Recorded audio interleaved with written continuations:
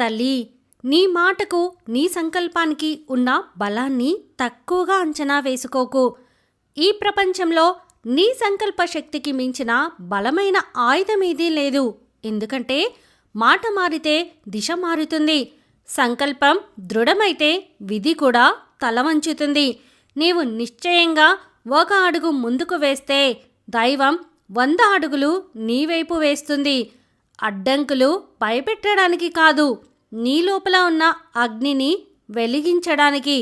నమ్మకం నీ శ్వాసగా మారిన రోజు విజయం నీ వెనక నడవక తప్పదు. కాబట్టి సందేహాన్ని వదిలి నీ సంకల్పాన్ని పట్టుకొని ముందుకు సాగు. జీవితాన్ని మార్చే శక్తి నీ చేతుల్లోనే ఉంది.